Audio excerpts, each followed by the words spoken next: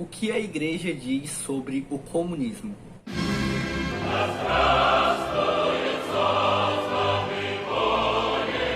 Falar sobre esse tema hoje é uma questão bastante delicada devido à polarização política que nós temos e até mesmo a banalização do assunto. E é justamente por isso que é tão importante falar sobre.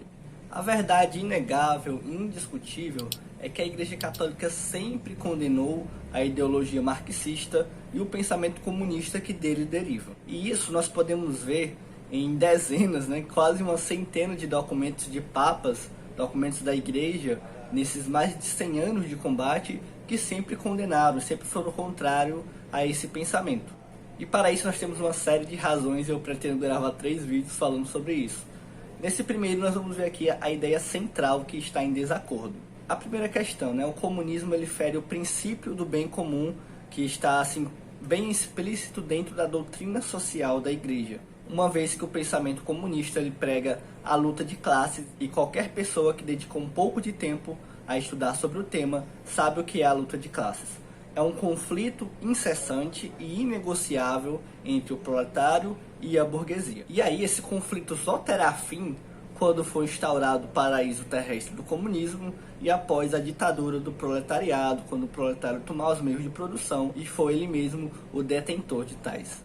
Isso é um problema porque defender o princípio do bem comum é defender que o Estado haja como uma política de harmonia, respeitando sim o direito dos trabalhadores, para que eles não sejam explorados, que tenham uma jornada de trabalho adequada e uma remuneração também. Porém, é também defender o direito à propriedade privada, que está tão bem explícito no 8º mandamento, não furtar, e no 10º mandamento, não cobiçar coisas alheias. E aí vale nos lembrar que o marxismo ele condena a propriedade privada como apenas mais uma forma de exploração capitalista. Isso está muito em desacordo com o que é a doutrina social da Igreja.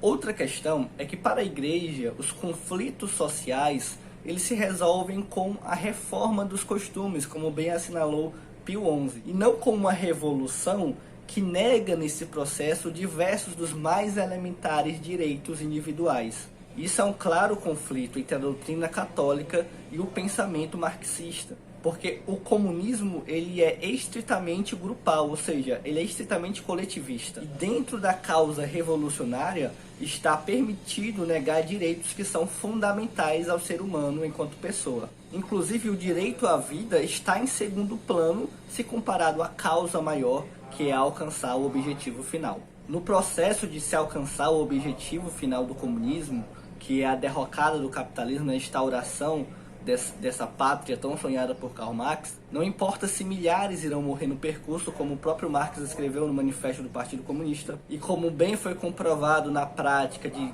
diversas tentativas de implementação desse sistema, e milhares de pessoas que foram deixadas mortas nesse percurso. Não importa se milhares serão jogados dentro da extrema pobreza, como aconteceu em tantos países, como por exemplo na Venezuela. Não importa, por exemplo, se os direitos de liberdade, como ir e vir, de expressão e tantos outros forem negados também, que é algo que as pessoas de esquerda tanto condenam nos regimes autoritários de direita, mas o próprio pensamento marxista, o próprio regime comunista autoriza isso dentro do processo de revolução, porque tudo serve para uma causa maior. E a doutrina da Igreja nos ensina que os direitos que nos são intrínsecos enquanto pessoas, eles não são negociáveis por nenhum motivo. Outro ponto para a gente encerrar aqui é o totalitarismo estatal. Caso você não saiba, dentro de todo esse processo haverá um estágio em que o Estado irá deter todos os meios de produção, irá resolucionar todos os problemas. Isso está mais uma vez em conflito com a doutrina social da Igreja. Dentro da doutrina social da Igreja, nós acreditamos no princípio da subsidiariedade. Que diacho é isso, Esse princípio prega que todos os conflitos sejam resolvidos na sua instância mais próxima. Como assim? Um conflito na família é resolvido aonde? Na família. Um conflito no bairro? Dentro do bairro. E assim sucessivamente.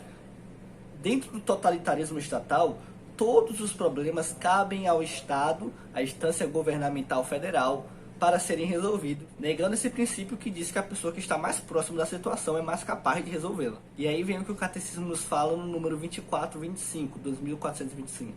Ele nos diz a seguinte frase: A Igreja tem rejeitado as ideologias totalitárias e ateias, associadas nos tempos modernos ao comunismo e ao socialismo.